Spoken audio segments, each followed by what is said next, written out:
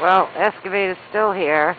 The girls are getting more relaxed, as you can see. Kate feels comfortable enough and safe enough to lay down. Stage, I got it on Zoom so I can see Kate.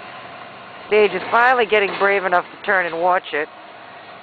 The poor thing, when it first came around and I put her in the stall, she looked a wreck. I'm glad to see her looking around a bit. I think Kate laying down is good for Stage to see. And it's good for them to get used to this stuff.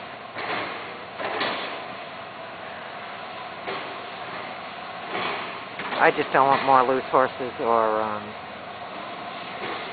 boo-boos, vet bills. Stage has got itchy. That's my princess. And her evil twin. Don't get me wrong, we love Kate.